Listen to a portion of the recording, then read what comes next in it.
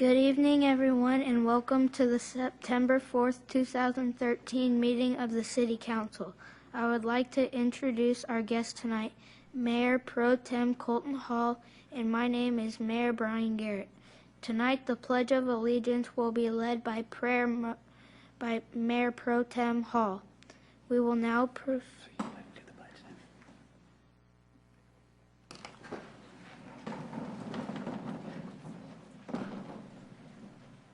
I pledge allegiance to the flag of the United States of America and to the republic for which it stands, one nation, under God, indivisible, with liberty and justice for all.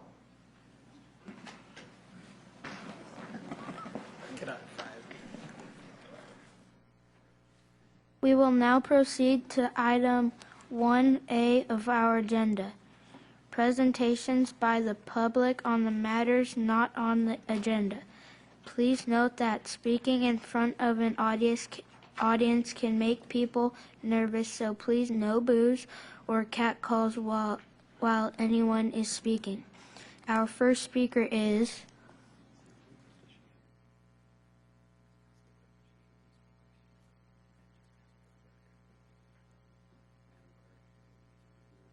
Madam Clerk. Do you have any speaking requests? Yes, Mr. Mayor, they're at your place.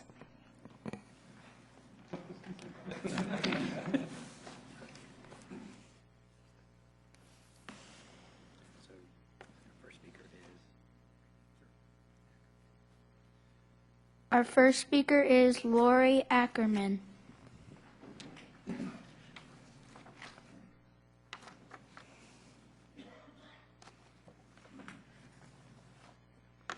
My name is Lori Ackerman. I am the president-elect for the Financial Planning Association of Northern California.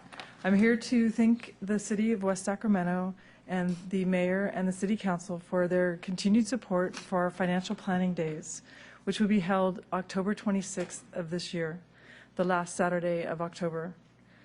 The West Sacramento has been a great partner for the past 2 years, and we would also like to thank John Perry and Michelle Juarez. First year, our success for Financial Planning Days, we had 220 people. Last year, we almost doubled it with 450 people, and this year we hope to have an even bigger turnout for Financial Planning Days. Financial Planning Days has no selling. It's absolutely pro bono. All the financial planners there are donating their time and their expertise. We have educational classes available, and there's an Ask a Planner one-on-one sessions that people can come to with their individual problems. Thank you. Mr. Mayor, can I make a comment? You can say no. Thank you. I just wanted to follow up and let everybody know I did participate last year. I introduced and kind of welcomed folks, and I got to tell you, typically when you get this kind of offering, you're always looking for that string attached to what are you selling and what am I getting hooked into. But I got to tell you, it's an amazing opportunity. The Financial Planning Days, if you need any kind of advice, if you're looking for just, if you have that sort of that one question or two that you just don't really want to have to pay somebody for because you know you're going to get roped into something more than you really need, it is a great opportunity to come to City Hall and you have a one-on-one opportunity to sit with somebody to ask some of those basic questions, maybe not so basic in some cases, but it's a really neat opportunity, and I wanted to thank you for coming back. I know we serve as a pretty good venue, and I was very happy to see that we doubled the numbers from the prior year, but what a great service you guys offer, so thank you for coming back. Presentation of a proclamation honoring police officers Arturo Camacho and Joaquin Summeruk for their heroic life-saving act. I would move that proclamation.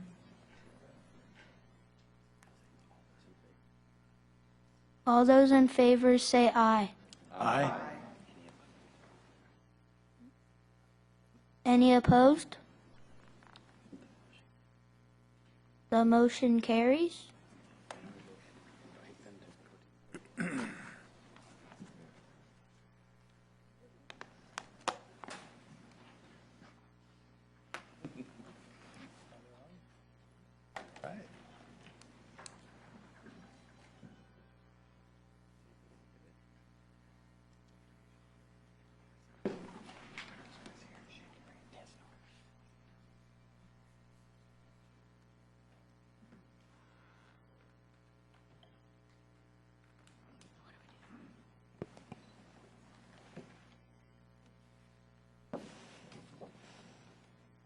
proclamation of the West Sacramento City Council honoring Sergeant Camacho, officer in charge, Samaric, for their heroic life-saving act. Whereas on August 2nd, 2013 at 8:30 a.m., Sergeant Arturo Camacho and officer in charge, Egin Samaric, responded to a rendered medical aid to an unconscious man on West Capitol Avenue. And whereas Sergeant Camacho and Officer Samaric recognized that man was no longer breathing and had no pulse. And whereas they requested emergency medical assistance and Officer Samaric performed CPR. And whereas their efforts resulted in saving the man's life and securing the necessary hospital care. And whereas the man is well today because of the heroic actions of Sergeant Camacho and Officer Samaric. Now therefore be it proclaimed that the City Council of the City of West Sacramento does hereby honor Sergeant Arturo Camacho and Officer Egin Samaric for their life-saving act.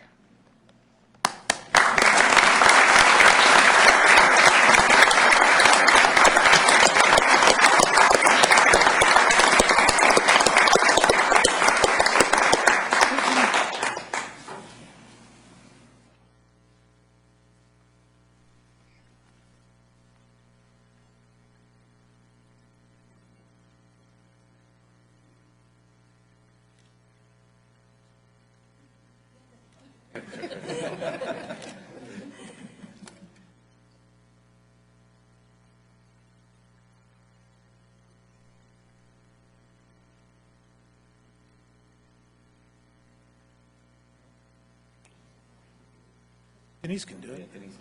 Yeah. Thanks.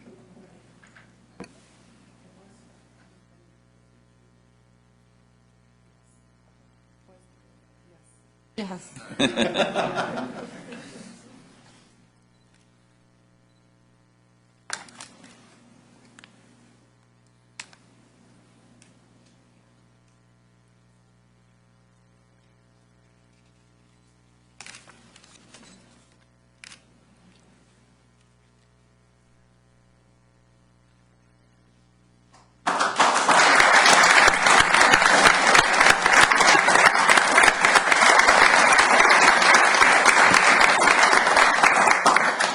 I'll just say thank you, officers, for your work and for your commitment to our city. And I'm hoping I think this was a fine representation from your city to also thank you from all levels for what you do every day. And for most importantly, they were with the fire department today, and they got a preview that you were coming out and getting this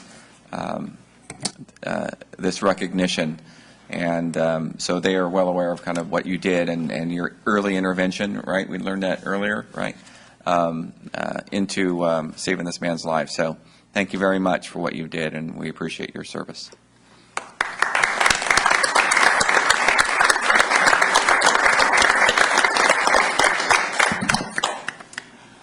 All right, so you may have noticed we had a change in personnel today, and that is because once a year we have this Mayor and Mayor Pro Tem for a Day program, and where two young people come in and take over something like our jobs for the day. I don't usually spend every day on a fire truck and with the canine officers and in the crime lab and with the motorcycle officers with the radar guns. But today we did, and it's a great opportunity for local youth to get exposed to how city government works and go back and tell all of their friends and neighbors and schoolmates, and also to remind all of us at City Hall and in all of our departments all day to who we're doing this for. And so wanted to turn it over, just if you could give us your one biggest takeaway from your day as Mayor and Mayor Pro Tem.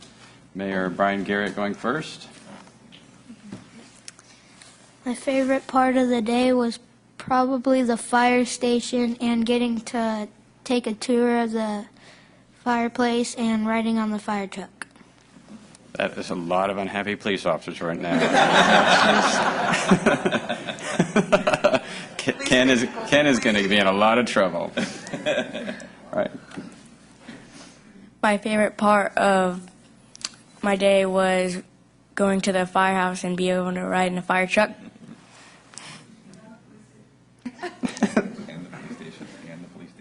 Oh, and a police station. Me too. All right, so let's give both a big hand. They've got to go back. They've got school tomorrow. But great job. Good job. Thank you, guys.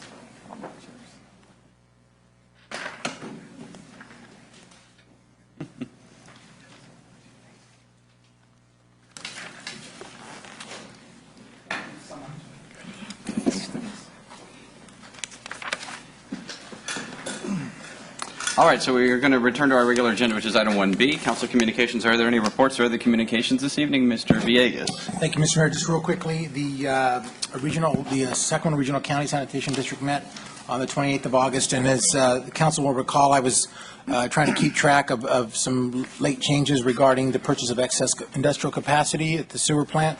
Long story short, we'll be getting an additional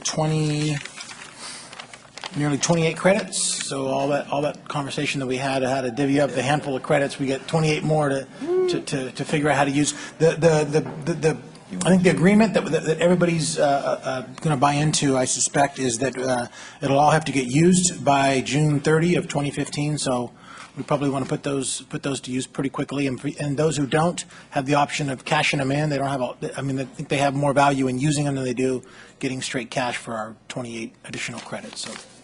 That's it for regional sand. And then earlier this evening, If you're thinking about investing in starting a restaurant, you get in queue because those credits will be gone in June of 2015.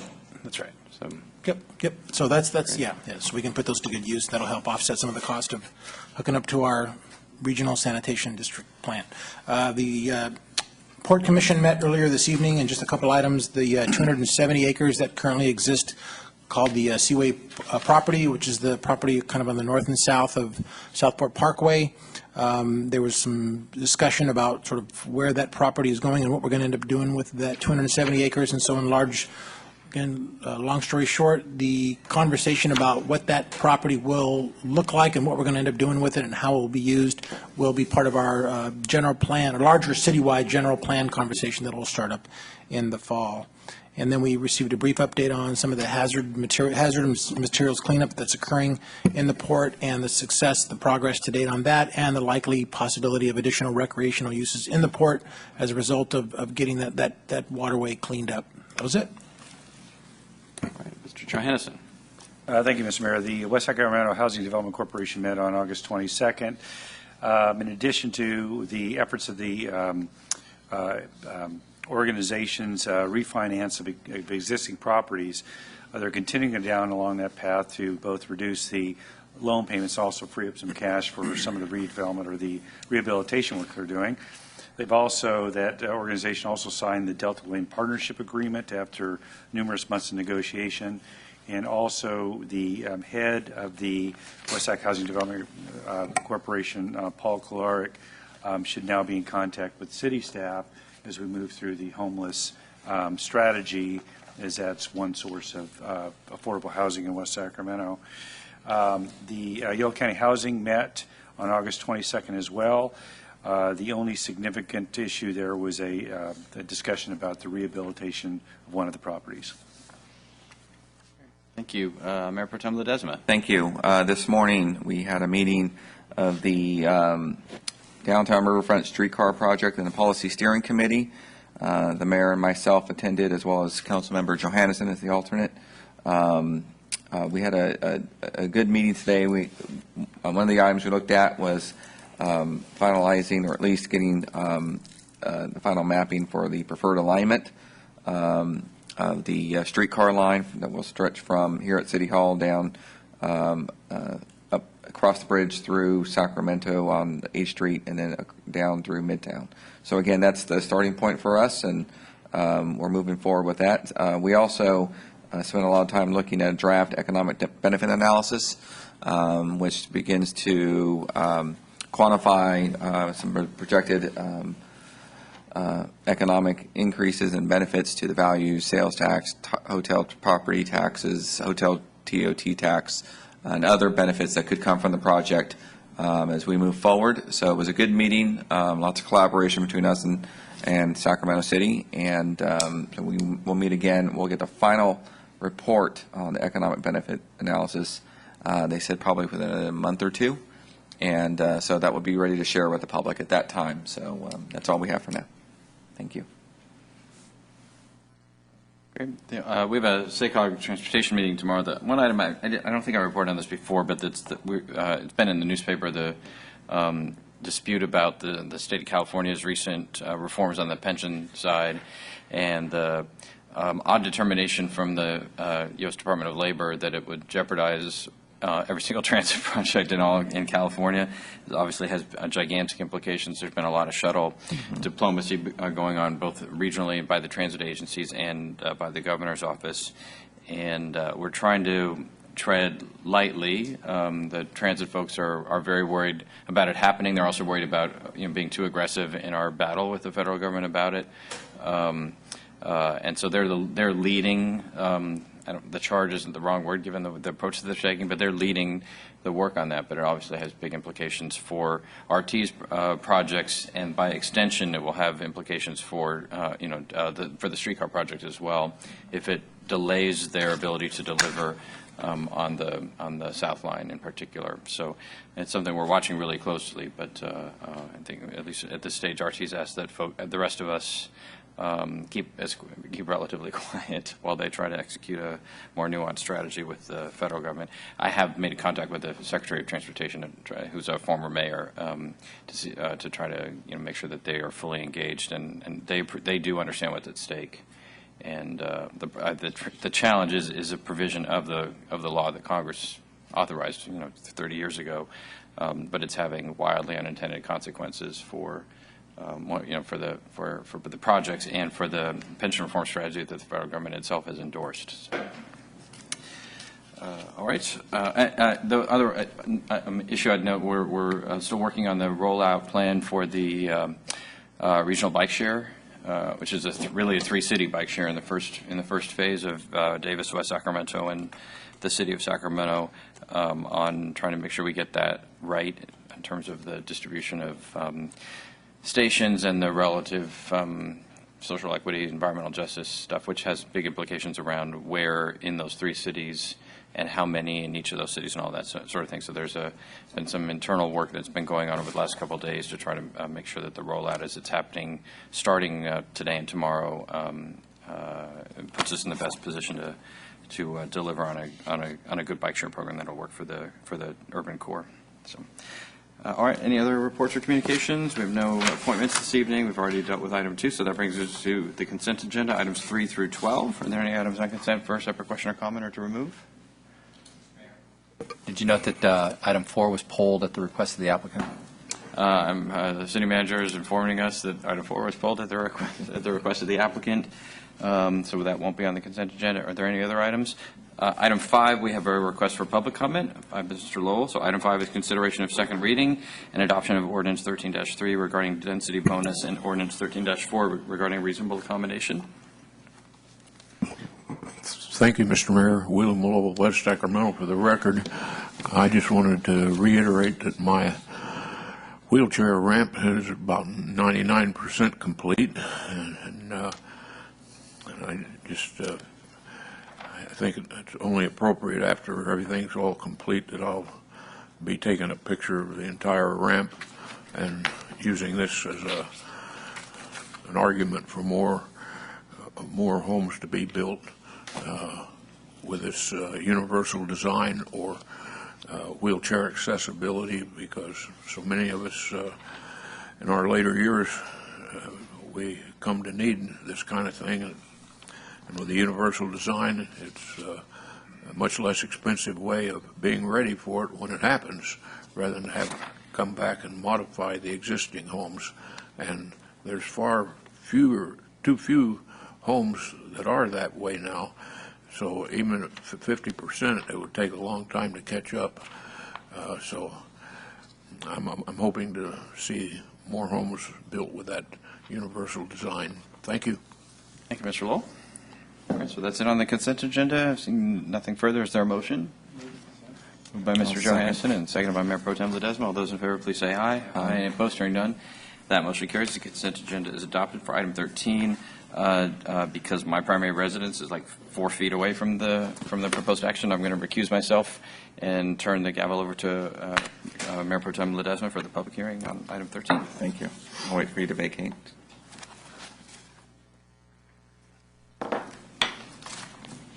Good evening, Mr. Mayor Pro Tem, members of the council. Would you wait for the? Sorry. Okay, thank you. Go ahead. Clear. This item seeks your approval of Resolution 1361, which seeks to abandon a group of public service easements located within the Ironworks subdivision. Council adopted Resolution 1360 at the previous meeting, which was a notice of intent to vacate these parcels. All public postings and notifications required by the state and city municipal codes have been satisfied. I'd be happy to answer any questions you might have. Thank you very much. Any questions, comments? Okay. I think you're good. Thank you. Do we have, does this require a public hearing or just a, yes, thank you. So we'll go ahead and open up the public hearing. I do not have any requests to speak on this. Is that right, Madam Clerk? Okay, so this is a public hearing, so if anybody would like to speak, please feel free to come forward. Seeing none, we'll close the public hearing. Bring it back to the council for any further deliberation, comments, or a motion. We have a motion from Councilmember Villegas, second by Mr. Johansson. All those in favor say aye. Aye. All those opposed, none. Motion carries. Thank you very much. I'll ask the mayor to please re-enter.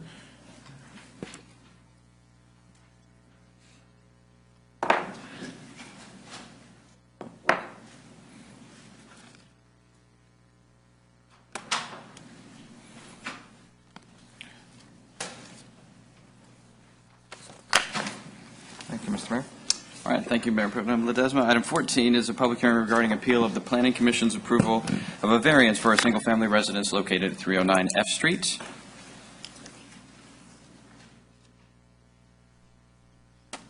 Good evening, Mr. Mayor and members of the Mary DeJong, who resides at 307 F Street, is appealing the Planning Commission's July 18th approval of a side yard variance for a new single-family home proposed at 309 F Street. The side yard variance reduces setback along the easterly property line from 8 feet to 5 feet. Richard Sanchez, the owner of 309 F Street, is proposing to build a 2,208 square foot two-story home on a lot that is 40 feet wide and 80 foot long. The property is zoned multiple family residential or R3. Prior to the July 18 Planning Commission meeting, public notices were sent to the surrounding property owners, and none of the surrounding property owners or anyone from the general public was present at that meeting regarding this variance. Ms. DeJong raises 4 issues in her appeal. The first issue she raises is that her privacy will be affected by the number of windows that will be located on the east side of the new house. The house will have a total of 7 windows. 4 of the 7 windows will be on the second story. Depending on the floor plan, 3 to 4 windows is typically provided on either side of a second story for a new home. So the number of windows that will be provided on this house is not excessive. The second issue she raises in her appeal is that the second story balcony will also compromise her privacy. 2-story buildings in the R3 zone are allowed at a height of 55 feet. This new house will be approximately 29 feet tall, and the new balcony will be located approximately 10 feet above the ground. This will be a small balcony that will be approximately 6 feet wide and 25 feet long. Although the required rear setback is 8 feet, this balcony will be located approximately 8 feet from the rear property line. The side of the balcony closest to Ms. DeJong will be 5 feet from the side. The Planning Commission made all of the findings for approving the variance to reduce the setback from 8 feet to 5 feet. Based on city records, the existing setbacks for the 2 homes located on this block, and which are also 3,200 square feet, range anywhere from 3 feet to 7 feet. And based on this information, the Planning Commission determined that approving the variance was not a grant of special privilege or treatment, since the existing side yard setbacks were less than 8 feet, which is the required setback in the R3 zone. Also, the Washington specific plan requires newly created lots for single-family homes to be at least 3,500 square feet with the 45 feet street frontage. Since this is an existing lot that is 40 feet wide, it is non-conforming by the Washington specific plan standards. And based on this information, the Planning Commission determined that the narrow lot width of this lot justified the variance to accommodate the new home and to also provide space for parking. Mr. Sanchez is proposing a 5-foot setback on the side that's closest to Mr. Zhang, and on the other side, he is proposing a 10-foot wide setback to provide space for parking.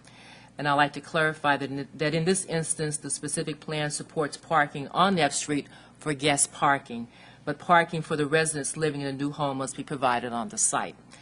The third issue that Mrs. DeJong raises in her appeal is that smoke from the chimney, which will be located on the site closest to her, will be bothersome. Fireplaces are allowed in the specific plan area. And the fourth and last issue that she raises in her appeal is not pertinent to the variance, but she does raise it in the appeal, and it is in regards to a dispute between Mr. Zhang and Mr. Sanchez regarding a backyard tree that Mr. DeJong claims that was trimmed without her permission. Mr. Sanchez submitted a rebuttal to Mr. Zhang's concerns, which is provided in attachment 4 of your staff report, and the tree issue has been referred to the Parks Department. This concludes staff's presentation. Staff is recommending that the City Council deny the appeal and uphold the Planning Commission's approval of a variance to reduce the side yard setback along the easterly property line from 8 feet to 5 feet. All right, thank you, Ms. White. So this is a hearing that we're conducting pursuant to Municipal Code, Section 1.08.060, which establishes our appeal hearing procedures.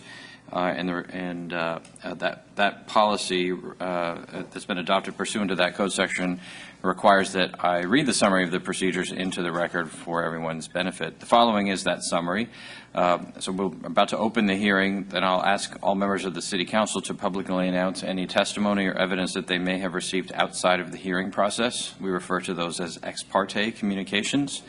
Next, I'll ask all members of the City Council to announce any conflicts of financial interest with a material effect, and any member with such a conflict shall disqualify himself. Then we will, I'm specifying at this time that the appellant will have 5 minutes for her presentation. The appellant will present testimony and relevant evidence. We'll consider evidence to be relevant if it proves or disproves a material fact that is in dispute. Following the appellant's testimony, members of the public will be given the opportunity to present testimony. Public comment will be limited to 3 minutes. The appellant or the applicant will then have the opportunity to respond to testimony or evidence, but may not introduce new testimony or evidence or restate the direct testimony. So there'll be a 3-minute period at the end of the public comment at which the appellant and the applicant will each be provided that opportunity. But as just to emphasize, that will not be a time to add new issues or raise points that weren't already brought up. They're simply to respond to testimony or evidence that is raised in the public testimony. Then we'll close or continue the public hearing at the council's decision. Council will deliberate on the matter and, if appropriate, adopt findings. The final decision may be deferred for preparation of draft findings consistent with a preliminary decision. All right, so with that, we will first ask members of the council if any member has a conflict of financial interest with the material effect on this matter. All right, noting that for the record there are none. Next, if any member of the council has had any ex parte communications or received any testimony or evidence outside of this hearing process. Noting for the record that all council members are nodding in the negative. So now we'll turn to the appellant, Mr. Zhang, to present testimony and relevant evidence. Again, evidence is relevant if it proves or disproves a material fact that is in dispute. And Mr. Zhang, you will have 5 minutes.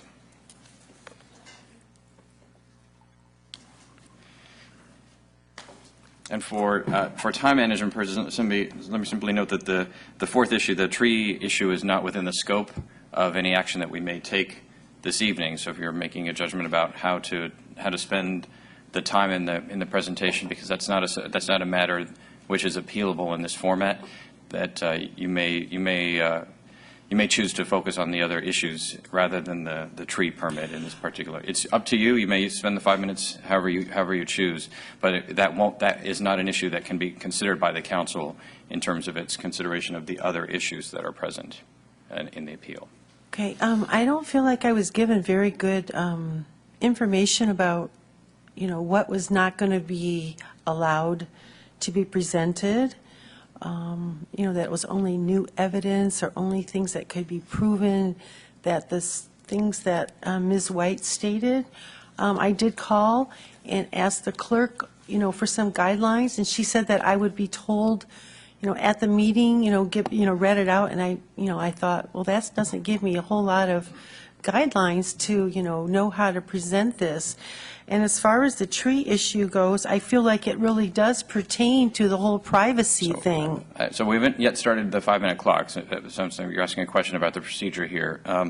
But you are entirely free to present whatever case that you wish to with regard to the appeal. So there's no constraints on whether you present. If you believe it's evidence that makes the case in your appeal, then you're absolutely free and welcome to present it in that way. If you wish to discuss the tree issue, that is also at your option. I'm simply noting that the City Council will not be considering the tree issue specifically, and the tree issues related to the tree permits are not relevant to our decisions with respect to setbacks and some of the other issues that are specifically raised in the appeal. But you're free to discuss Right, I and make whatever understand case that that it's you a wish. civil matter, but I also think that the zoning is all about, like, your neighborhood, and All right, like, who's so- your neighbor, and... So we are going to start the clock and welcome your testimony. When we return for the 3 minutes at the closing period, at that stage, the testimony is limited only to a response to issues that are raised in the public hearing. But at this point, during the 5-minute opener, you have the complete freedom to make whatever case you think is strongest for the appeal. Okay, thank you. Just a couple comments on regard to what Ms. White said. I don't know what the rebuttal was from Mr. Sanchez, but I know that the tree arborist in the city has verified that there's, this major loss of foliage from the above pictures on that lot. The neighbor on the other side at 3011 is also not very happy because, all her trees were taken out, including a large date palm, and I know the city is making Mr. Sanchez replace a large sycamore tree that he also took out. Okay, so I object to the variance of 8 feet down to 5 feet on the eastern side of 309 F Street for obvious reasons. 1, no one wants neighbors too close. 2, the fireplace chimney is on that side also, and I have asthma, and that's too close.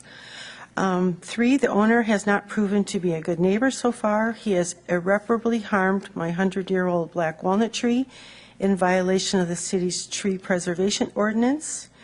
In doing so, I was harmed significantly. I can no longer enjoy my tree for its beauty. I have lost my western late afternoon shade, making my yard hot and my AC bill go up. I have loss of property value 6 months of the year when the leaves are off. The last, that was done in like December. When the leaves are off, the tree is ugly. This tree's been through a lot. And it's visible from the street also. West Sacramento was paid $200,000 by developers at West Capitol and 5th to take up 3 beautiful oaks about the same age as mine, to give a little perspective. I wonder if the owner had a vision early on for a great view of the iconic Tower Bridge from the upper deck he plans to build at the back of his home. From that deck, he will be right over me in my backyard, which I use a lot. My tree would have been a buffer. I have spent thousands of dollars caring for that tree since I moved in, and it was looking its very best ever. I had all the mistletoe taken off of it only last year. Mr. Sanchez and I will be neighbors. I truly hate for it to start out this way. People like myself made this a neighborhood Mr. Sanchez wanted to live in. I was here for 9 years, improving the physical space as well as being part of the social fabric. Aren't zoning ordinances supposed to protect the ones already here, like when LJ Urban had to try so hard to satisfy all the neighbors around? I realize that I'm sort of fighting an uphill battle because I wasn't here for any of the my other opportunities. I think a lot of people feel like they don't have much of a shot, and I did plan to come on the 18th. I had totally planned to come. As I stated in my appeal, my request for an appeal, I work outside. I'm a letter carrier for the post office in Vacaville, and as I recall, I tried to verify that today, and it gave me a bunch of other stuff. But it was that really hot spell. It was 106 degrees out, and I came through Davis, and there was like some traffic jam, and I got home at 5:30. The planning meeting started at 6. I was just too hot and too hungry to come. So thank you for hearing me now. I do really feel like, there was a certain aggression kind of shown by the actions of this new property owner, and I really hate having to do this kind of public spat, but I just felt really kind of strongly about it, so thank you. Thank you. I did have pictures taken, and I'm always having technical snafus, and I just try to pick them up at Walgreens, and they weren't there, but, it went right up my property line. I mean, when you trim a big old tree and you just chop off limbs, they sprout little tiny things, and it's just, you just can't fix them. All right, thank you, Mr. John. All right, at this stage, we'll now move to public comment and testimony.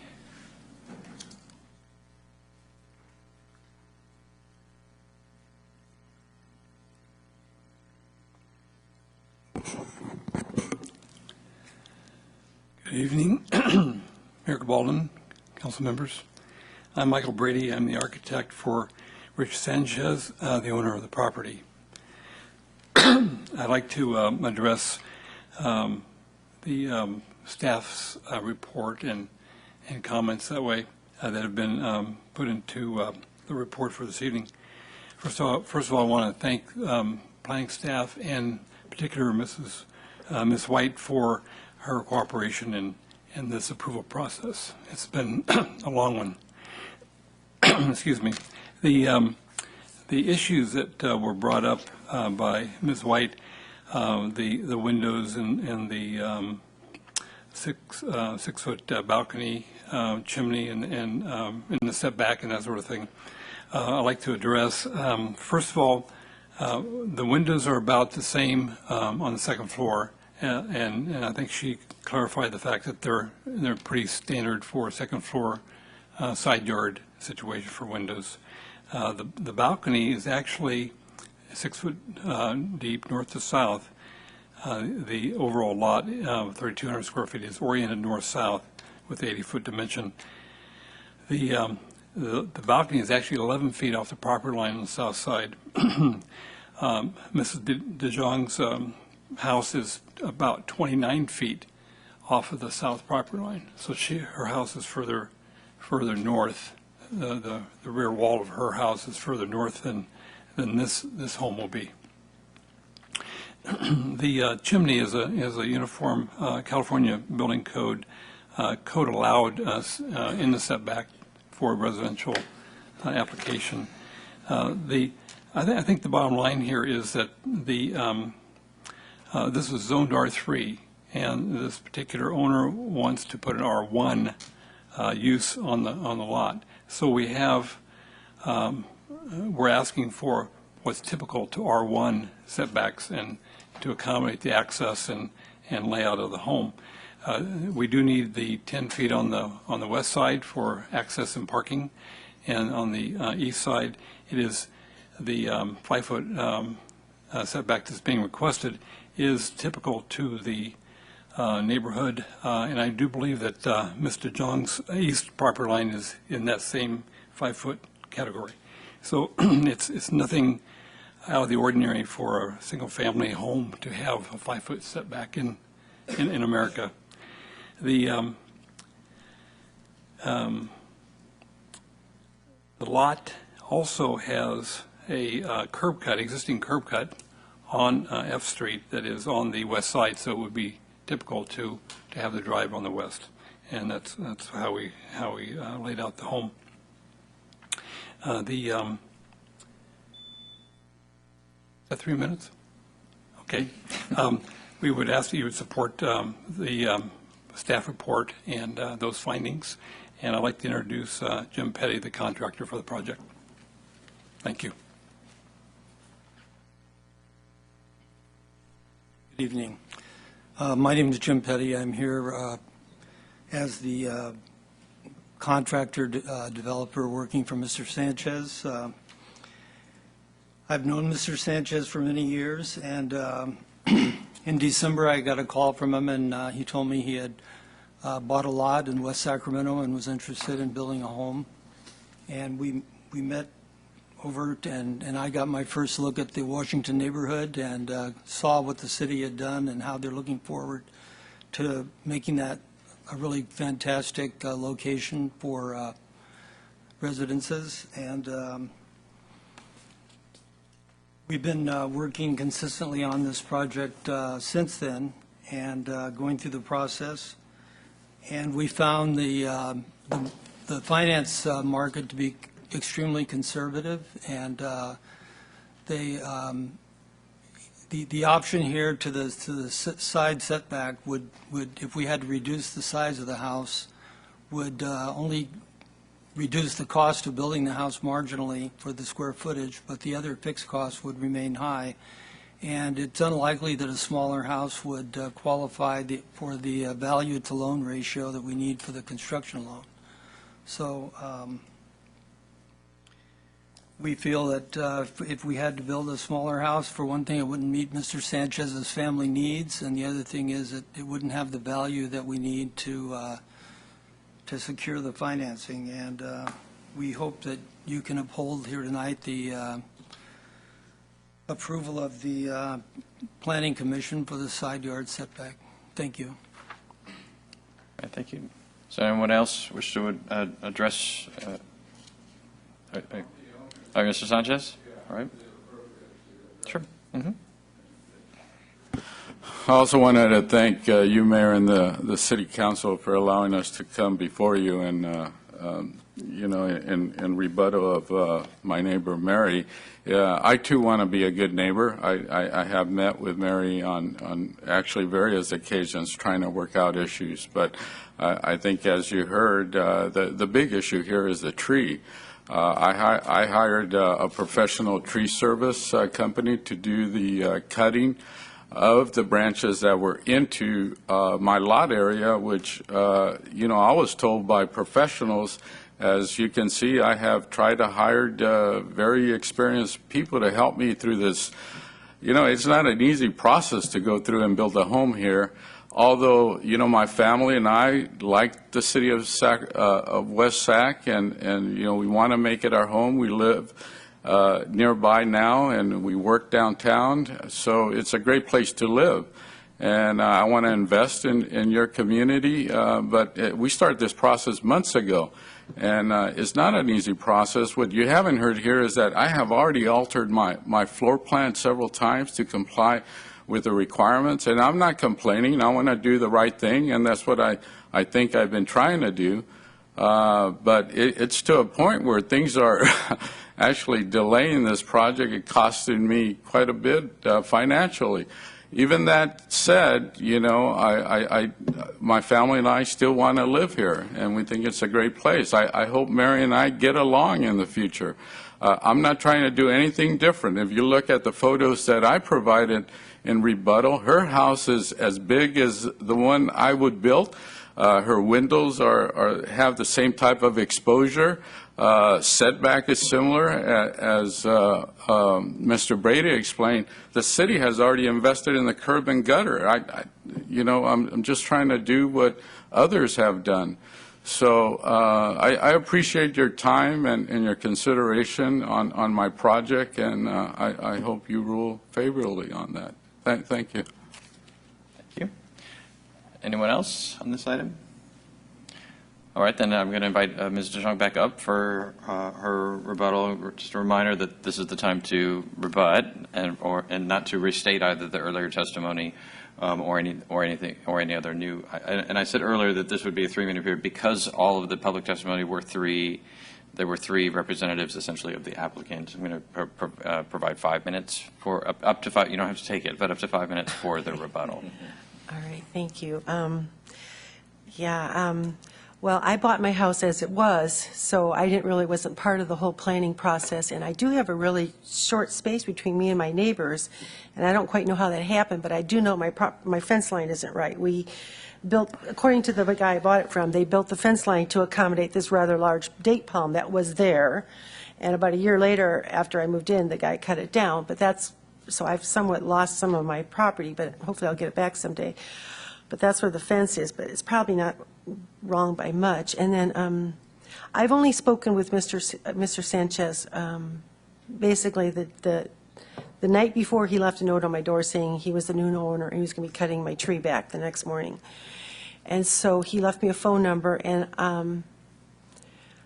I tried to talk to him every way I could to get him to, give me a chance to address his concerns about my tree without him just coming in while I was gone and cutting it up the property line.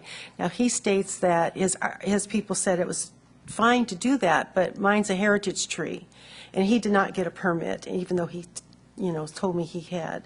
So if I had thought he didn't have a permit, I would have called the police or something. I would have had enough sense to have done that. So I'm just wanted to say that a lot of what I focus on was the tree, but that to me would have been a buffer, and it would have, made me feel much more, okay about maybe having a neighbor closer than typical. But now I've got this person, kind of looking down from their windows into my yard, which I use a lot, and I've lost sort of the buffer because the part he cut off of my tree was all low-hanging stuff that came down. And I just, think that, basically, I don't have any more to say than that. So I just wanted to say that. Thank you. All right. Thank you.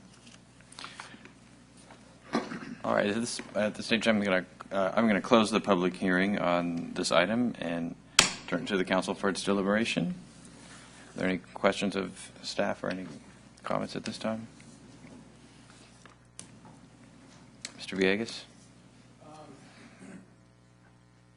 No questions necessarily of staff. I think it's pretty clearly laid out. I think staff's done a pretty good job of articulating the relevant points in the staff report. It's interesting. It's been a while since we've had one of these come before the council, and it certainly doesn't seem like there's any sort of malicious intent. And reasonable people can certainly respectfully disagree, and I can understand the frustration. I know when we were growing some years back and existing neighborhoods were being impacted by large two-story homes immediately adjacent to long-standing single-family homes where neighborhoods had been established, it was difficult. It was frustrating for long-term 30, 40-year residents to have these huge two-story homes with these big windows right over their backyards where they had already established sort of their sort of personal space. And I think over time, at that moment, it seemed like it was sort of this it was a crisis in some respects for folks that have to adjust to something like that. But I think over time, reasonable people were reasonable, and folks got along and made it a lot easier. So I think in terms of my sense of what, this is my sense of kind of what is before us this evening, but I do think staff has done a pretty good job of articulating how this project fits into the existing neighborhood, despite what it might seem like for Mr. Zhang having it be next door. And I can understand, Mr. Sanchez, you're absolutely right. It is difficult to build a home. It's not nearly as difficult as it is in other cities, but it is difficult. It's a lot of work. It's very expensive, and every day that you're delayed, it adds costs. It adds cost to your construction. So I can certainly understand that. Mr. Johannesson. Yeah, to a large extent, our hands are kind of tied to what we need to do here and the specific findings that we're required to make. at least a lot of what I heard were more, neighborhood issues, potential nuisance issues.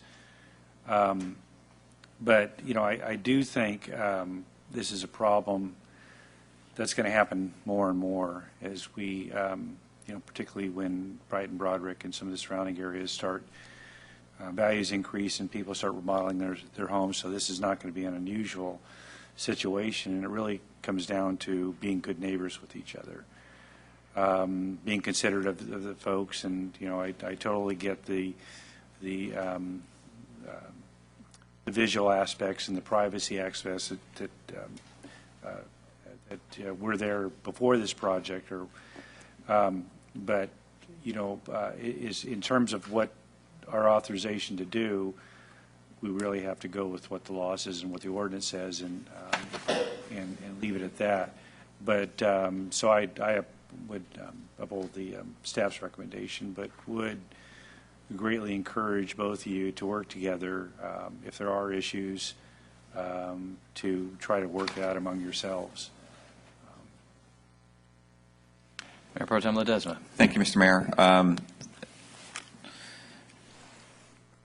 I think this is the first appeal I've had of a planning commission. I've been on the other side being a planning commissioner and having stuff come to council, but the difference in the role is kind of how I'm looking at this, was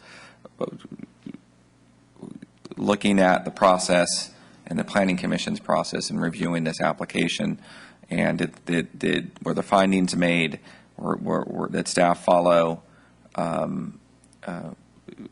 the Washington specific plan and other ordinances that kind of that any development or building in this area is subject to.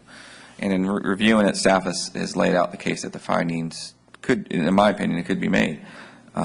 They're obvious, having some, with my experience with the Washington neighborhood, it's an older neighborhood, and it's a great neighborhood, and with a lot of different types of houses on different types of lots. That's the thing I'm sort of reminded of in Washington, the Washington neighborhood. And looking through the staff report, which is very well laid out, that there was consideration for those lots to try to make the house fit to what was appropriate and what is consistent in the neighborhood. I think that's the part that I picked up on in the staff report.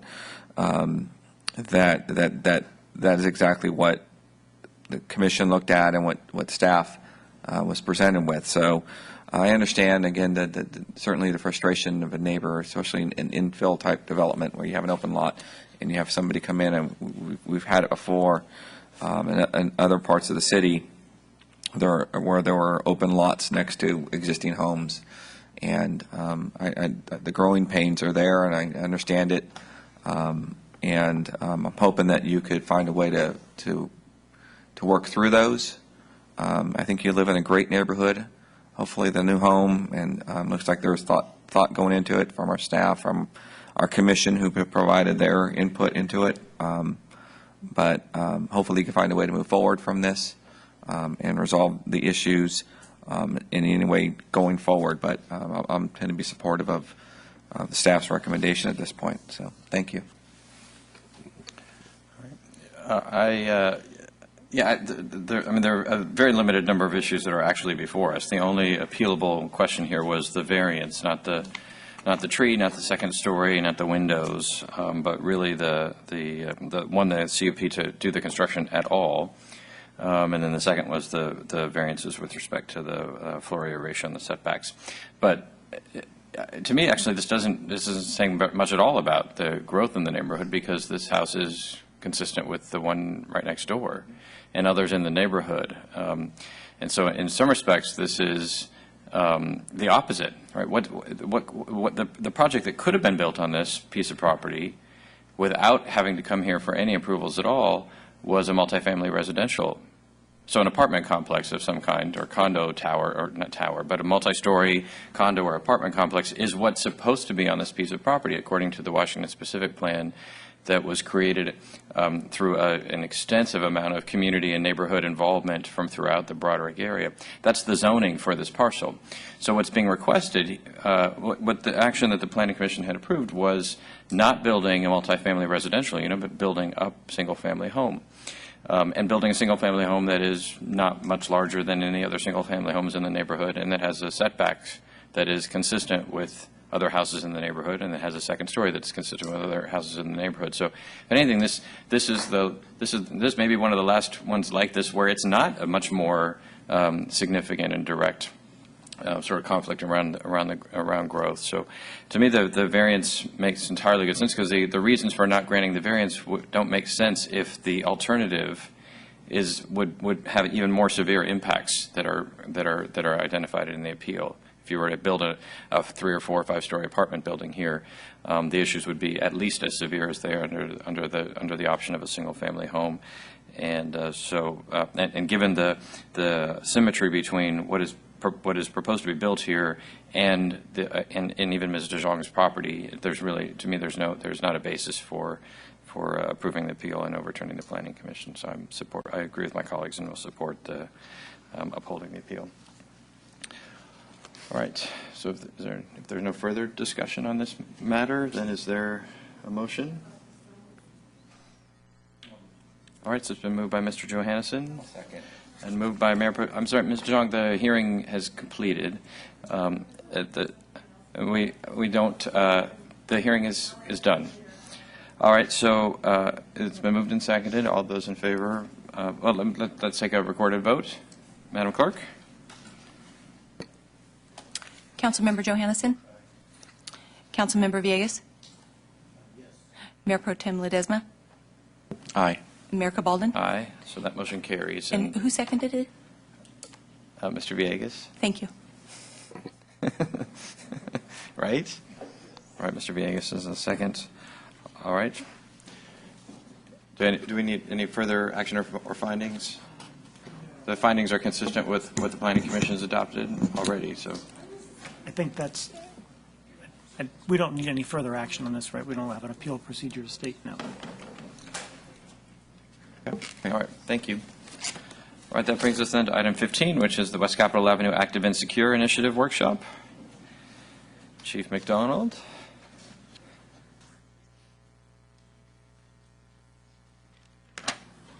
Good evening, Mayor and City Council members. Before I get started, I'd like to take this opportunity to make a couple of observations, or really make offer some appreciation to a few people. This is a multi-agency, multidisciplinary approach to really addressing the issues of crime and vagrancy on West Capitol Avenue. I'm not going to get into the details of that. My lieutenant is going to get up and give a presentation. I would like to say and emphasize the fact that this is multi-agency, multidisciplinary.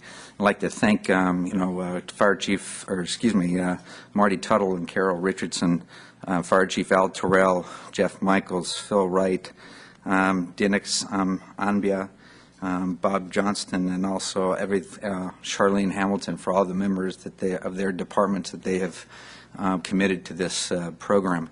I also like to take this opportunity, and quite frankly, every opportunity I get, to introduce some members of my department here. I have Sergeant Art Camacho, CSO Elaine Carlton, Sergeant Carl Crouch, CSO Nora McDowell, she's not here today, and admin analyst Donna Rosner. And without them, I'm very proud of them. And the strength of this department is really in its people, and I just want to take this opportunity to acknowledge them tonight. With that said, I'd like to introduce Lieutenant Deanna Stevens. Ma'am. Good evening, Mr. Mayor and members of the council. This workshop presentation simply is a brief overview of the project West Capitol Avenue Active and Secure. Can I just ask you to get that microphone a little closer so folks can hear? Sorry about that. There you go. How's that? Yep, much better. Thanks. It's just a brief overview of the project West Capitol Avenue Active and Secure, and simply what the committee has been up to the past couple of months. As you can see, this is a overview of the West Capitol corridor, and it spans the width of the city. It's highlighted in red. It's a ginormous area, as Sergeant Camacho would put it. It's large in geographic, area again, but also in the scope of the project. As you're aware, over the past couple of decades, the police department has made several attempts at addressing the issues along the corridor. We've met each effort with immediate successes, but have lacked long-term sustainability. Recently, at the direction of Chief McDonald, the police once again embarked in the issues that plague the corridor. This time, we've taken an all-inclusive approach with the goal of sustainability and long-term management through collaborative ideas. And this is really how this committee was formed, including the departments, members of each department within the city that the chief just mentioned.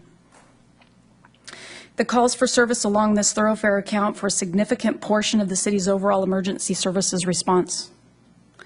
The police department recognizes our responsibility in addressing these quality of life issues, but we also recognize and emphasize that we cannot do it alone. So the project mission, identifying recurring problems, it's really to better address the problems and quality of life issues that are in the area that simply are of concern to the community. Our focus is to find effective, sustainable solutions to manage the issues in that area with an emphasis on management. Again, just as I said a moment ago, we can't do it alone. Well, we can't arrest our way out of the situation either. This mission will be achieved through a cooperative effort with the business community, regional law enforcement, city departments, public partners, and other multidisciplinary agencies. So I spoke a moment ago about that very large area. What we did actually was broke the corridor down into 3 areas that we thought were manageable. This first area we refer to as Phase 1, and really that encompasses West Capitol Avenue from Tower Bridge Gateway to Jefferson Boulevard and also sections of Merkley. This particular first target area it's only about 1¼ miles of public roadway. So our first step of this phase in the project was to research the calls for service and other information that we obtained through community surveys and business owner interviews that were done face-to-face to better understand the issues that plague the corridor and really simply to have a better understanding of what the perceptions were of those businesses in the area. The businesses and public areas in this target area again, provide for a highly transitional clientele, as you know. But the population that we estimate in this area is between 500 and 600 persons. And really there's about a 32% increase, a balloon, if you will, during business hours. Although the traffic patterns waxes and wanes in accordance to those business hours, it continues through any given 24-hour period. And it really consists of mostly pedestrian, bicycle, and some vehicle traffic. So project concept, enforcement, intervention, and prevention. Identifying the stakeholders and responsible parties, such as private businesses, motel owners association, and city and county entities. Those brainstorming of ideas, as an example, that's nuisance abatement, taking a team approach, working with code and building inspectors on properties that require attention. Most recently, one of the motels so far had a portion of the business shut down due to raw sewage and other health violations. Cleanup is another project. Again, a team approach, and most recently, Public Works was short-staffed, so a couple of the members of our team at the police department dressed down, took a trailer with the power wash, and actually cleaned the 16 bus stops along the corridor. That speaks to the broken window theory and what we're trying to really avoid. So another thing that we actually encompassed in this is basic business improvement, crime prevention through environmental design. One of the recommendations that came about was high-intensity lighting, and again, that speaks to the criminal elements specifically. Criminals do not like to commit their crimes in lighted areas. They go where it's dark. right? So just one idea. Another is the remaining 5 payphones in this target area, taking them out. You know, in today's time, most actually use their cellular telephones. There are some citizens, I'm sure, that use the payphones, but primarily those are used by criminals, and it's mostly to conduct drug transactions. And then, of course, the response to the outline of the plan and plan implementation is done through weekly police operations meetings with the focus on enforcement and, again, plan implementation, and those committee meetings that we conduct every other week.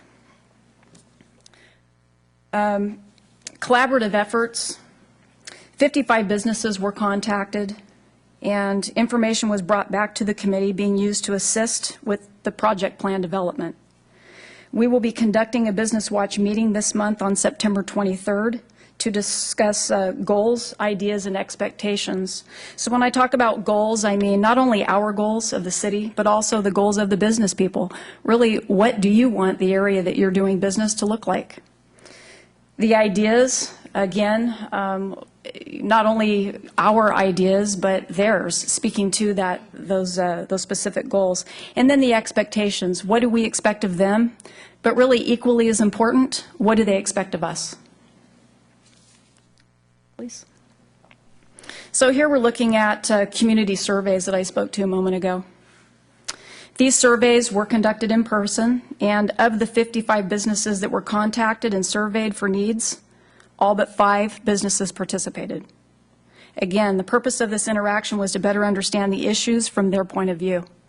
So as you can see with these particular bottom 2 questions, I feel personally safe while working or doing business and living here, and I feel that my property is safe in the area. About 48% on both of these questions said that they don't feel safe or their property is safe in the area. So as you can see again, we speak to these other questions, conditions in my neighborhood, does it further my business here? I'm doing business in a clean and adequately maintained area, and I'm receiving adequate police services in the area. Again, that last question was a bit self-serving, but I can say that over half of the folks that participated in these questions number 4 and 5 actually do feel that the area is clean and adequate, and they do feel that they are being provided adequate police services. So a second issue-specific survey was actually mailed out to the businesses. 18 of the 55 actually conducted the survey and did mail them back. Those weren't due until August 31st, so I don't have specific information on that, but what I can say is, so far anyway, that the primary concern along this area is issues of homelessness, loitering, and alcohol and drug use within the target area. This speaks directly to the homelessness strategies that we, citywide, are in process of developing. We will also be continuing follow-up by additional in-person surveys and interviews as a course of follow-up to really better understand whether or not what we're doing is actually making a difference. It also will speak to, moving forward, what adjustments that we need to make when we move into phase 2 of this actual project. Our plan of follow-up with these surveys is going to be every 3 months. Please. Thank you. So this you're looking at is a graph of calls for service, and we did a 5-year comparison. And what this speaks to really are the months that we see the majority of police activity or calls for service. The highest months are May and June. The total calls for service in 2013 were 431 in this target area as compared to 312 in 2012. And that, again, was speaking directly to these 2 months. Looking back as a comparison of the other years, we are seeing an upward trend in calls. Really, that says that we have a 43% increase. So we further broke the information down, and we were able to identify the specific locations in the area with the highest call volumes for service. And really, that if you can see by the charts, Safeway had the highest call volume, and again, this was a 5-year period of time. The number one call for service was actually medical aid. If you look on Safeway, their specific highest call was disturbance and panhandling. Go ahead and thank you. But in each location of those top 10, it was again medical aid. Please. Thank you. And one more. So research and enforcement operations. Since July 17th, police have taken a zero-tolerance approach.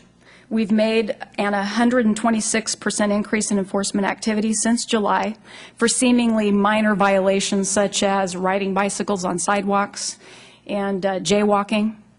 But I can say, so far alone, in those couple of months, or actually the 30 days that we extrapolated this information, we made over 65 arrests. And they ended up, just from those minor violations, but they ended up being for more serious violations such as warrants, parole violations, weapons charges, and also drugs. I cannot say, however, whether or not our efforts thus far have made any significant difference with regards to crime control. The police department currently is aggressively working to develop analytic capabilities to provide timely and accurate quantitative assessments. The continued surveys will serve to provide qualitative feedback. Moving forward with operations, it is our intent to include various more creative forms of enforcement and contact, such as the use of a more mobile bicycle patrol team and continued high visibility police presence. Thank you. All right, thank you. Are there questions? Any questions first before we ask? Mr. Villegas? Yeah, just a quick question. So, Lieutenant, on one of the screens you showed, the calls for service have gone up. Is it your sense that that's just simply the number of calls for service? I mean, obviously that's what it showed, has gone up because there's a need, or because there maybe are more eyes on the street? Because in the areas where we're focused, there are certainly, and we've created more opportunities for people to come. I mean, we put more people and more eyes on the street, just on the natural. And I'm just wondering if there's any, I'm sure you looked into that, or you've considered that. I mean, do you have any response to that? Or? Yes, sir. The information that we actually pulled and that is in this presentation was the data that we drew upon to form the plans, which we began this operation on July 17th. To date, I can't tell you whether or not the calls for service have been an increase because of our police response or activity. Maybe people feel more inclined to call because they know that we're going to be responding to address the issue, or whether or not simply there are more problems. So that I don't know yet. Yeah, that's fine. I just thought I would ask. I mean, I know I've talked to the officers in patrol in the area, and I think anecdotally it seems like there just are more need. There's just more need for service, or there are more calls. But anyhow, I'll let it go. I just wondered if you. Yeah, I can tell you this. Again, I just spoke a moment ago that we are, undergoing some growing pains with regards to our crime analysis. So we're looking at not only hardware and software programs. We also have a person that is, being trained to, help us with this particular issue in crime analysis, so we can move on to more important, crime control really throughout the city. And that's how we do that intelligence-led, or, cops on dots, whatever you want to call it.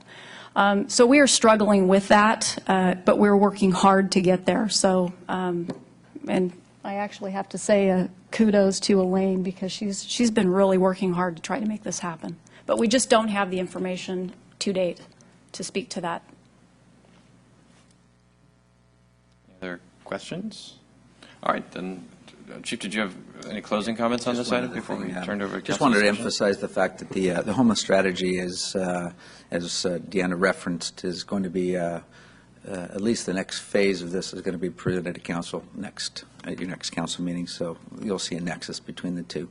So just wanted to speak to that. All right, thank you. All right, Mr. Johannes. So now we'll turn to discussion. Mr. Johannesson? Yeah, thank you.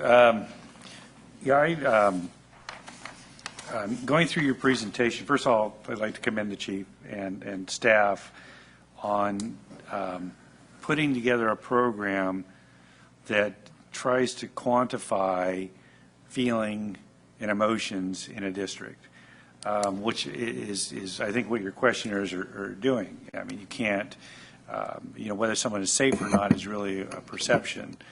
And to try to focus on that, which is really kind of what we see with people in the neighborhood, it's not perceived as being safe, and this whole broken windows syndrome. I was kind of looking for what you're actually going to try to measure here and what you're going to use as a baseline. And I see now that the questionnaires are really what you're going to be doing, and you're going to be seeing an improvement of either the perception of safety or feeling that you're safe or that you're okay with your property here. I think that's great. A lot of the things you're doing, I think are, a lot of it is what a PBID would do. We talked about this a while back, either enhanced safety, enhanced lighting, that type of thing. So obviously it's something that at some point the private sector would be able to take over. But right now it's absolutely essential, particularly in the areas that we're trying to have people come down and walk around. So I think this is really a great effort to do this. I'm looking forward to, on the call stats, I agree. I'm not an analyst, but, I kind of think that, in a really safe neighborhood, people make calls because, the calls tend to be more petty, I guess, or more, not of concern, the same concern you would have in a more impacted neighborhood. So I'm not sure if that call statistics, really is indicative of someone feeling better. So I really applaud this. Proof's going to be in the pudding, and I'm looking forward to the homeless strategy and how that fits in there.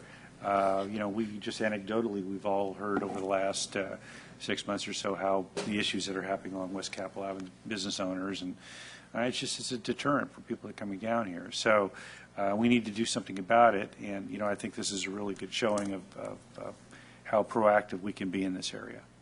Mr. Villegas.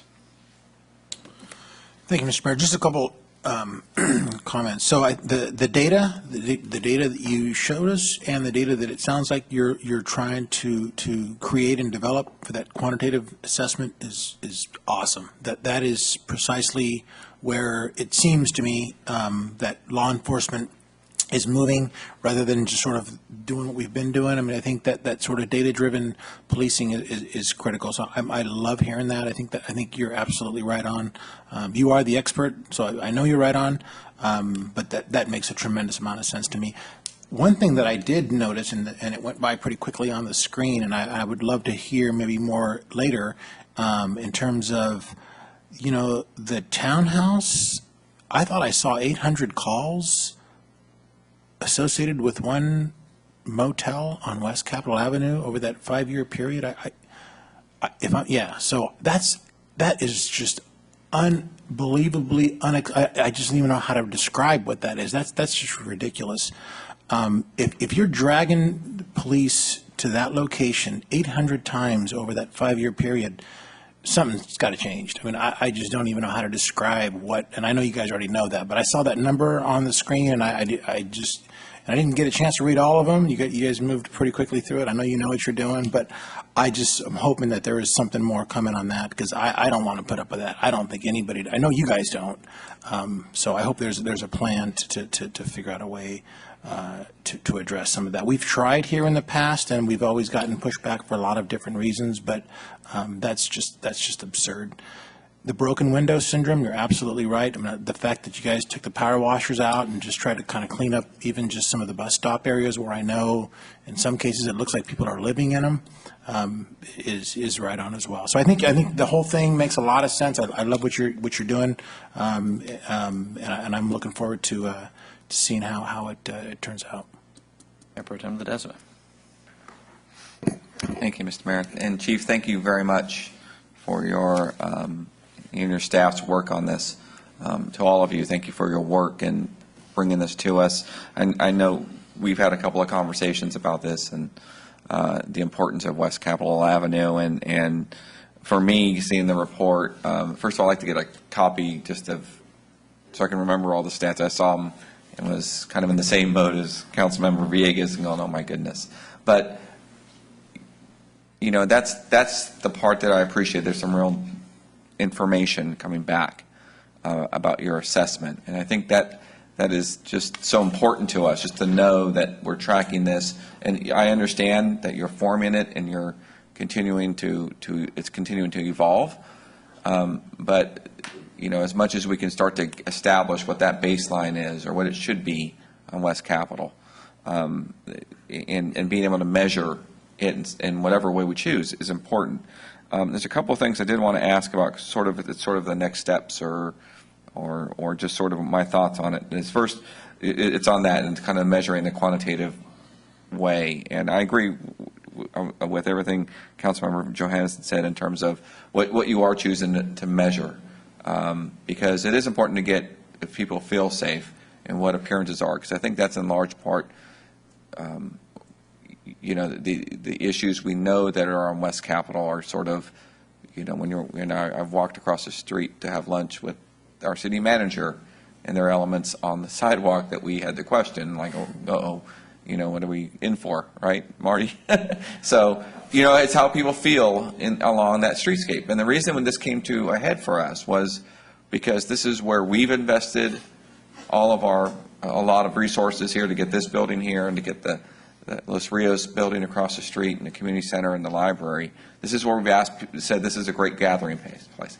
In addition, we're doing civic events now, like the farmers markets and the dinners, and it's becoming a great space. So having those measures in place to make sure we understand how people feel, to make sure that it's a good experience for those who come to visit here, as well as those who work here or have their business here, is important.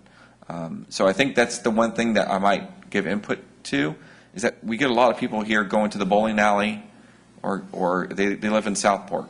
They come to City Hall to do business. They live in the Washington neighborhood. So we've got to make sure that we account for that. If it is around a perception of, do you feel safe in West Capitol, just bear in mind there are a lot of folks using West Capitol Avenue now. The other one was around question I had was around, now that you're getting this feedback, you're working with other agencies or departments, and I'm kind of curious your thoughts on bringing some of this back to them and what you foresee or what you envision as sort of the interaction now going forward. I think it's great that you went out and the staff kind of picked up the power washers and took care of the bus stops. I think that's terrific, but that's not sustainable. So I'm kind of understanding, kind of get your perception of how this will evolve with the other departments or outside agencies outside the city. Well, very quickly, I'd like to just back up just a minute. I do believe that our ability to provide quantitative analysis is really in its embryonic stage. Mm-hmm. So there's a lot of work to be done. And I think that that's going to drive us to a large extent on making informed decisions on how we, quite frankly, police the city in general, but obviously West Capitol specifically. A lot of the information that we've been using have been somewhat anecdotal. You know, guys have been working here forever, and so they kind of know how things go, and there's a lot of validity to that, but not necessarily a quantitative basis on which to make decisions. I don't want to camp out too much on that thought, but there's a lot to be said for that. Qualitative is, again, it's somewhat anecdotal. It's how people perceive their circumstance. That's important that we take into consideration that. I would emphasize that. However, that buttressed against the quantitative analysis really gives you a clearer picture of what you're really dealing with and what are the issues. You know, what is the core, issue, and where we would place our resources to address what they perceive, but is actually, is instigated from something specific. We're looking for specificity. As far as developing or further going outbound from this, the police department, we're pretty experienced and with being creative, and I say that both with pride, but also with some measure of frustration. In this particular scenario, I went out of my way to acknowledge our city partners and their efforts to collaborate with us. I really can't speak strongly enough about that. That's a good thing. they have resources that we simply don't have. Power washers may be an example, but it goes along far from that. So we want to get them engaged so that actually that's really how they go about doing business. We call up, and I call Al, and we need certain things from the fire department. We want to have that type of dialogue. It's one thing for me to call, quite frankly, Carol or Charlene, or and get that kind of action, but we want to push it down so it becomes basically the way in which we do business. And we're all addressing these issues and utilizing the resources that the city provides. But that's not even sustainable. What we need to also do is reach out to the county resources, and we're pushing this out to bring them all into this game. Really, quite frankly, that's in essence, the essence of our homeless strategy. But we'll get to that next week. And also reach out to the businesses themselves. What we're looking for, those people that have ownership, have investment in this city. And they're the ones that we need to leverage. If one guy carries a heavy load, it's a heavy load. But if we spread it out, then it's just something that we do. And that's what we're trying to do, is really change the culture on how we address issues, not just within the department, but in essence, in working with Marty, we're looking to figure out how to change the culture or push the culture of the city and its community members to a collaborative effort on how we can address issues, how we can address problems. My department, the one that I am leading right now, will never be large enough to address every issue within the city. We're going to have to figure out a way to leverage and maximize all of our resources, and there's a lot. So there's a lot to be done. Anyway, anything Thank else? you, Chief. I appreciate your time. And I just wanted to follow up on that. I understand where you are with the data, and I think my point is as a starting point, I just appreciate that, and where it's going is to me probably the most important thing you have going forward. And we're looking forward to doing a significantly better job for the council in the hopefully near future. But I promise you, as long as I'm here, we're going to be pursuing that effort, and proof will be in the pudding. Okay. Thank you. Right. So I first want to agree with all the comments about the swiftness and the quality of the work that's been done by the committee on this project, on this mission, and also to emphasize the criticality of the data, the quantitative analysis, the use of real evidence, the systematic use of best practices from elsewhere, and then their application. Right? So it is about the collecting and the analysis of the data, but it's just as important that the officers on the street, that everyone else that we saw today with the mayor and mayor pro tem for a day, kids saw the rest of the departments as well as the other departments of the city and our partners using that information to make strategic decisions about resource deployment and land use and other sorts of questions. And so that's a cultural change that I join my colleagues. I'm glad that the chief and the city manager and the rest of the executive team is helping to lead, but we need to go there. And this is certainly an area where that has the potential for real payoffs. Because both for our purposes, for sort of planning and accountability and strategy, these kinds of questions like, well, are calls up because we just have more people, at least in this section of West Capitol, we've got all these kids and seniors and everything that we didn't used to have before, or they're seeing things that weren't being reported on a street that was largely abandoned. And that might be, although it looked like from the numbers that a big part of the spike was medical calls, and there's no reason to think that our community college students would have a lot of medical issues. They may, but sort of teasing that out so that we can be more targeted and more specific in the work that we're doing and work on approaches that are really going to make sense. I like the phase one geography as opposed to trying to look at the entire avenue all at once. Which might be an effective strategy if we knew exactly how to do this, and we're going to do a little bit of it everywhere, knowing that it's going to help.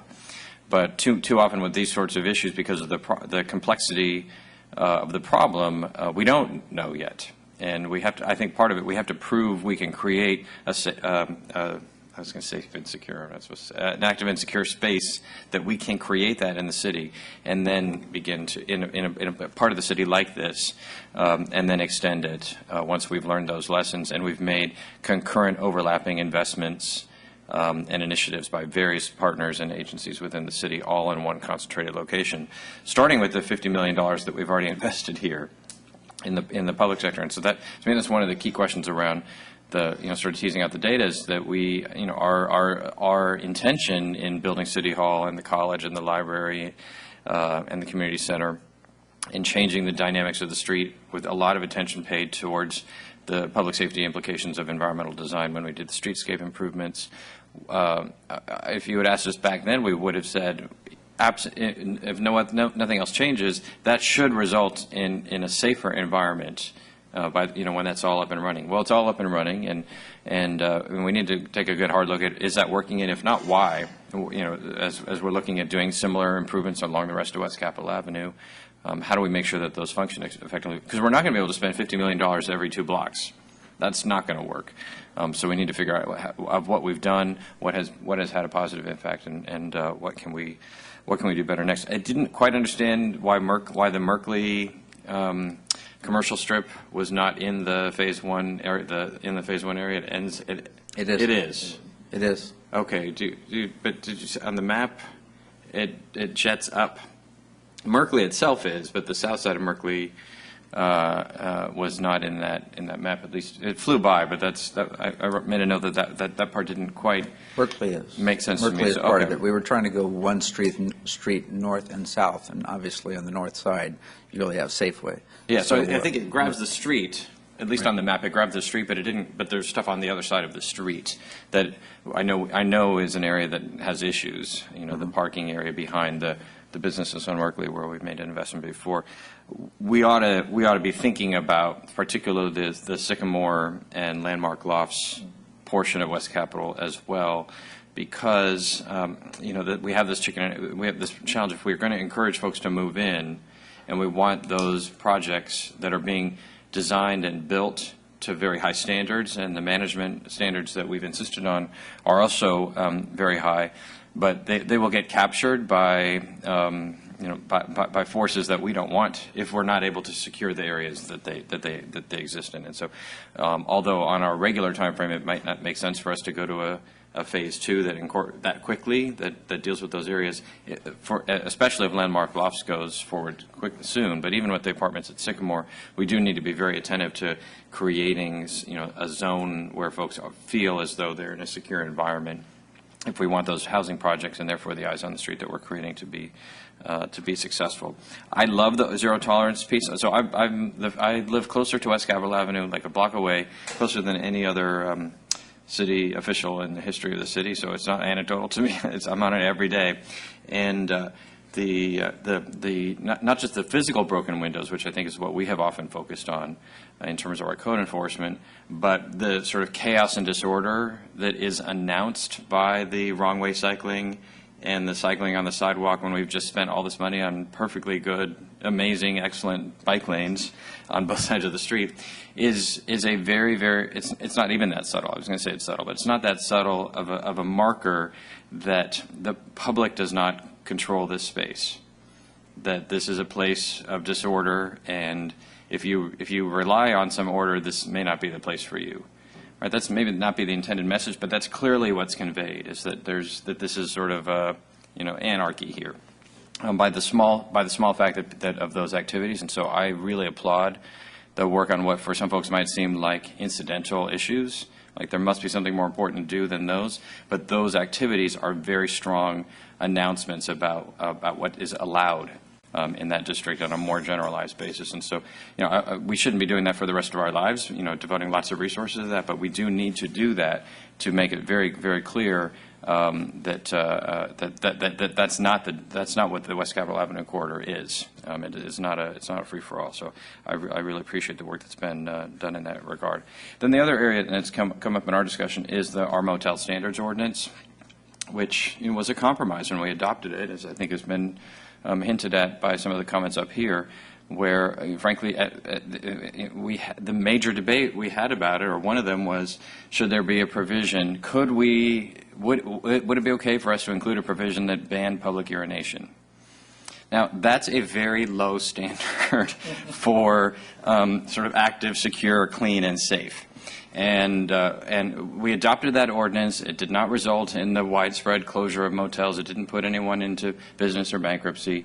And it may be time that we take another look at that ordinance and update and upgrade it to match the standards that we have for our community and for our main street that are a little bit greater than you will not get urinated on. That's not we ought to be taking a look at that to make sure that ordinance and the standards that we've imposed on places like the Townhouse Motel match the level of safety and cleanliness and security that we expect for our citizens on the avenue and in the surrounding neighborhoods.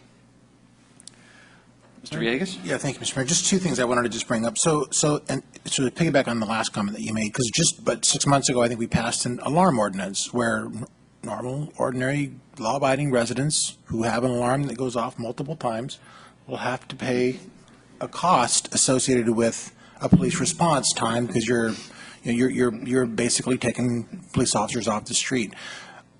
I don't know if that's the solution, but in terms of the ordinance that was just alluded to, I think that should be on the table. I mean, and I got to go back to that, 800 calls in 5 years, somebody's got to pick up the cost of that. I mean, and I know every call, it's not just a 5-minute call. Sometimes I've been on them, they take a long time to figure out what the dispute was. So I just offer that up. And go back to the broken window syndrome. I love your reference to the collaboration and all the different agencies that can help support that. And I think there is tremendous value. I know you guys know this, but I'll just say it. You know, if in fact it is not just a police department issue, or it's not just a public safety issue on West Cap, if that's going to be the Phase 1 focused area, it's everybody's responsibility. And it doesn't include having accounting staff go out on their lunch break and pick up a mattress that's been left out on the street. But it certainly does include public works if in the course of during the day they're driving around and they got a truck and they've got 2 minutes and there's a mattress left in the middle of the roadway to pick it up, or if there's graffiti that's very visible that just occurred, or if there is a couch being used to support a front patio, all of which I've seen in the last couple of weeks, those kinds of things can be and should be addressed immediately if in fact the broken window syndrome is one of our approaches. And I applaud your effort to try to bring everybody in, because in fact it is everybody's responsibility. But I know I see it driving around and I probably look for it. But I don't think it's too much to ask to say if in fact it's a citywide problem, everybody has to participate at some level and not just call the cops because it's their thing. So I throw that out because I love where you're headed with it, but I just want to emphasize what I think where you're already headed. Well, and I was just to add, I think that one of the things I appreciate about the strategy is that it is not simplistic. Right? It's not one of these strategies that says it's just broken windows. We know it's not just broken windows because we have a beautiful Jefferson to Tower Bridge Gateway West Capitol Avenue. There's no broken windows at all or anything approaching them, and we still have a problem. That's not just that.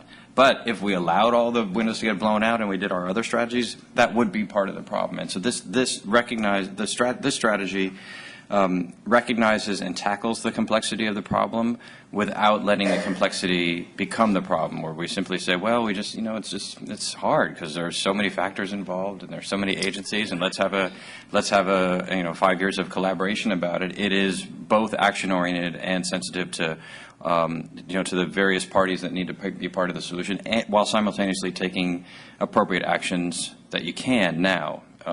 So I mean, the lieutenant presented it very crisply, and it is, but it's also very sophisticated in the way that it's being deployed and implemented in a way that is smart, while also delivering results that it can in earlier stages, while recognizing that there's no easy answer either. Mayor, if I may, again, we've beat up on the analytics of this, and we'll continue to do that because it should be an informed strategy as we go forward. But Councilman Villegas speaks articulately when we talk about the level of cooperation that we're really trying to get to. What I meant by that is I can call up, and I have the phone numbers of again, Carol and Charlene, and the list goes on and on and on. But what we really need is for two phases at least. If the police department, not limited to them, but if the police department calls up and says, we have a sofa in the middle of the road or something like that, we need to be able to address that quickly. And that's something where we want to be able to reach out to those other agencies, and they get that that is the priority, so it's pushed down from above. And then also that they look at it themselves in the same way. The police department recognizes our role, our responsibility in this, and I'm not trying to advocate that by any stretch of the imagination. We're just trying to get more team members, and but I'm very thankful to to my peers and their efforts thus far as engaging their personnel, and so we just look forward to addressing it on a one-on-one basis, call by call, because as sophisticated and complex as it is, really the actions and the direction to move forward is pretty straightforward, and that's, I think, what you were speaking to. I would also, if I may, I'm sorry. Thank you, Mark. But the Councilmember Villegas' point about the level of involvement, I mean, this isn't, I don't abdicate our responsibility either as community members. So, just the same way we have volunteer neighborhood watch organizations that may be in suburban setting and they have eyes on the street, we need to help you figure out how to get eyes on the street or community involvement in the target area or outside areas, other areas along this corridor. I think that's just as important. I'm interested to see and how it goes with the business community, because I think that's part of their responsibility. Mark, I think you alluded to that. But it goes beyond that. I think I applaud the culture you're going for, and I think part of what I would advocate for was for more community involvement into this and participation. I mean, the fact that we are doing things along West Capitol Avenue now that have never been done before, through the farmers market and the dinners, and that's not a thing to be taken lightly, given what was here 10 years ago, that we're able to do those things here now. And that was spurred by community involvement 10 years prior to that from the folks who founded this city and organized, and they weren't elected officials or paid staff. They were community leaders who took their city back and incorporated. And so that's part of I think that's kind of the commitment I'm offering as well, and it would advocate to all of us be involved with, because you can't do it alone. You're stretched thin. And that's what volunteerism and the other organizations throughout the city should be helping with as well. And we just got to find a way to reach out to them as well. Mr. Johansson.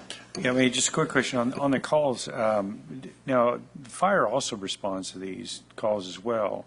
So, for example, the 800-some that were the motel calls, it's just police calls at that point. It's a combination, but we'll be looking together to break that out. Trust me. Yeah. Because a lot of the medical is what the fire is, first responders on those, and yeah. Okay. Any further? All right. Thank you, Chief. And thanks to the team, both the department and interdepartmental. All right. That brings us to the council. Oh, I'm sorry. Item 16. Damn. So close. Item 16, which is a workshop on the Successor Agency's draft long-range property management plan, is required by Assembly Bill 1484. I don't see. Oh, there she is.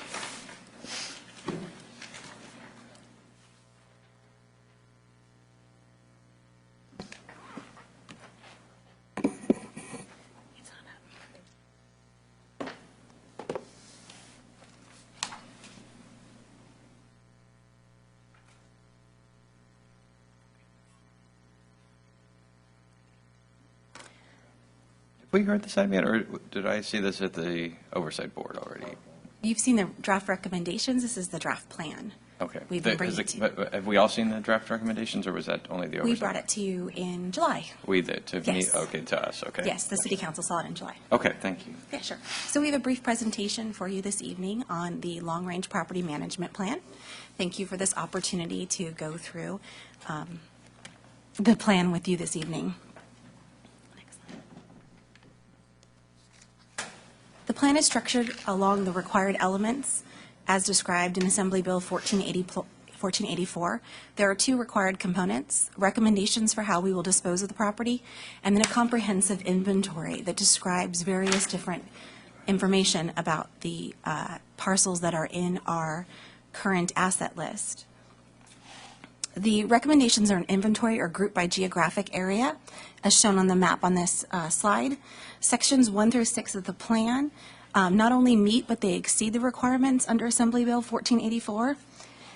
We have drafted a section of the plan to provide context for viewers of the plan, reviewers of the plan that are not familiar with the advanced planning documents that the city has adopted over the years and are not familiar with the current redevelopment implementation plan.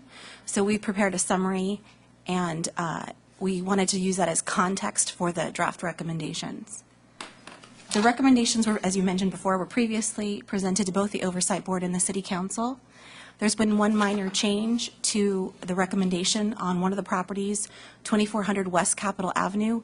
Instead of selling the entire site, we're looking to retain a small portion of the property for a PG&E regulator station that would allow Phase 2 of the Capitol Yards project to proceed.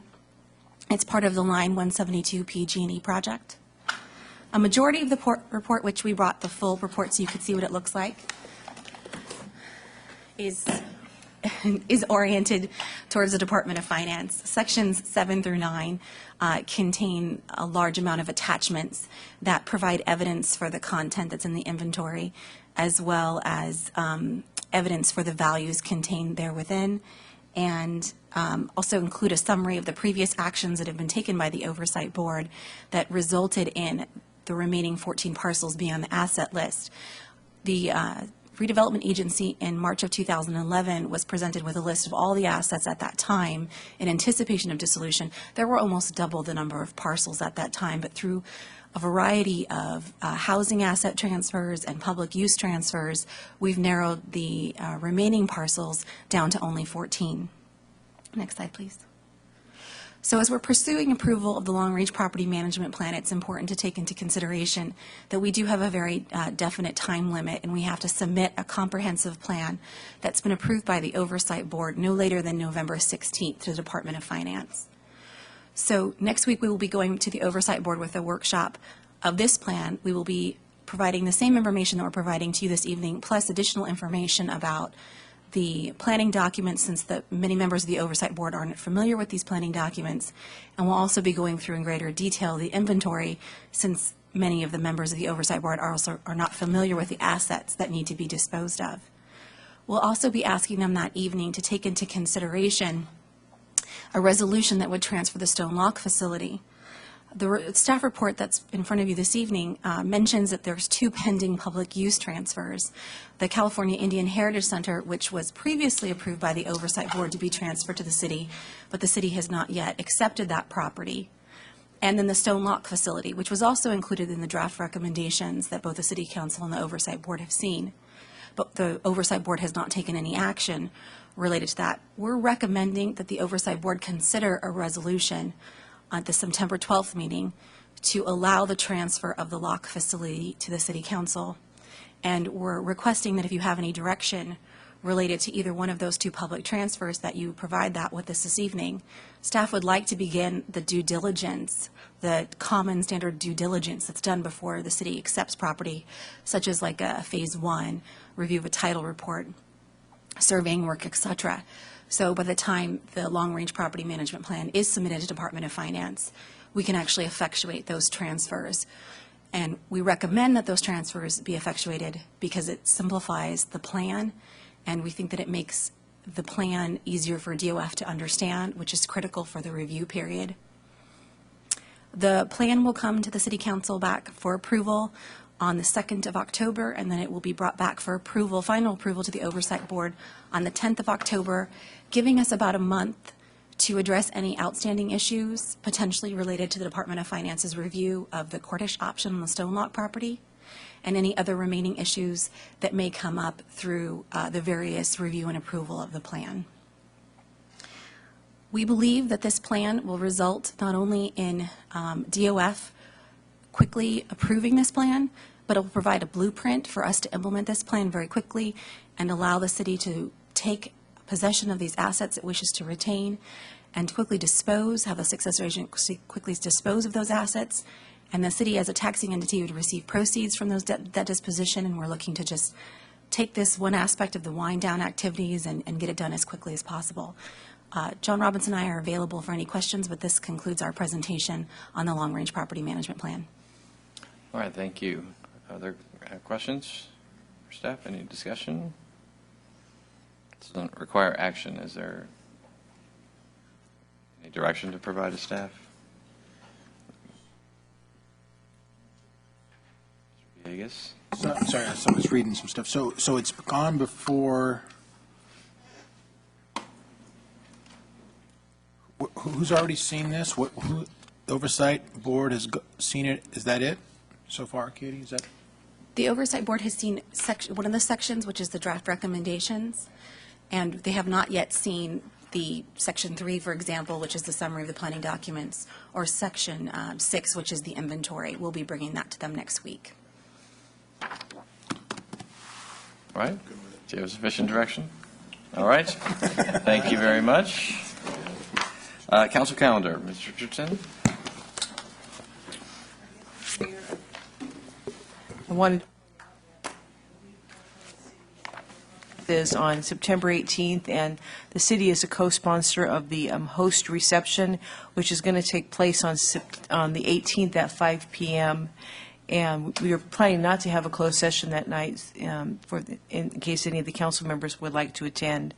And they are asking for names of individuals who would be planning to attend. So if you haven't gotten back to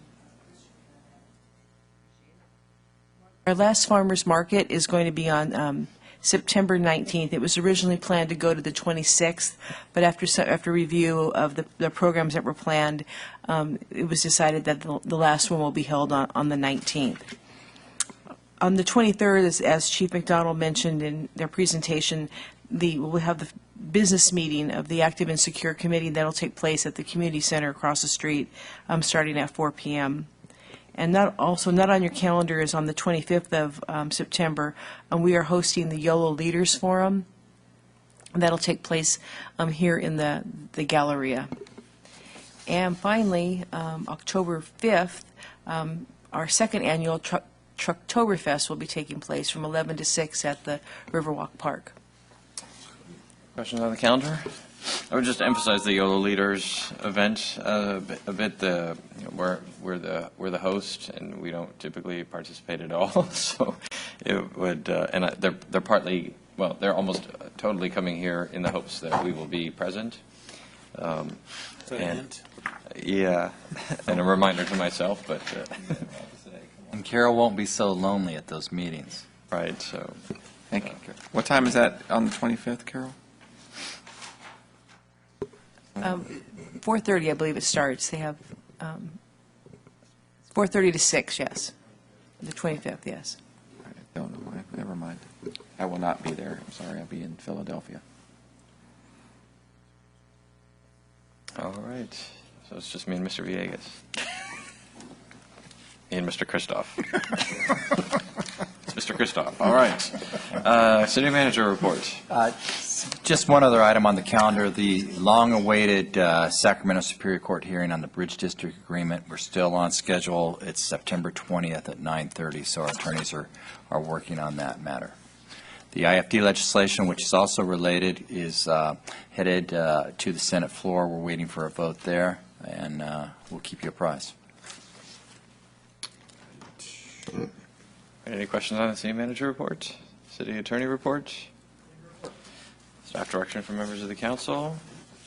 And we have no future agenda item requests. Mr. Johannesson moves, and Ms. Member Pro Tem Ledesma seconds that the meeting be adjourned. All those in favor, please say aye. Aye. Any opposed? Hearing none. Motion carries. Meeting is adjourned.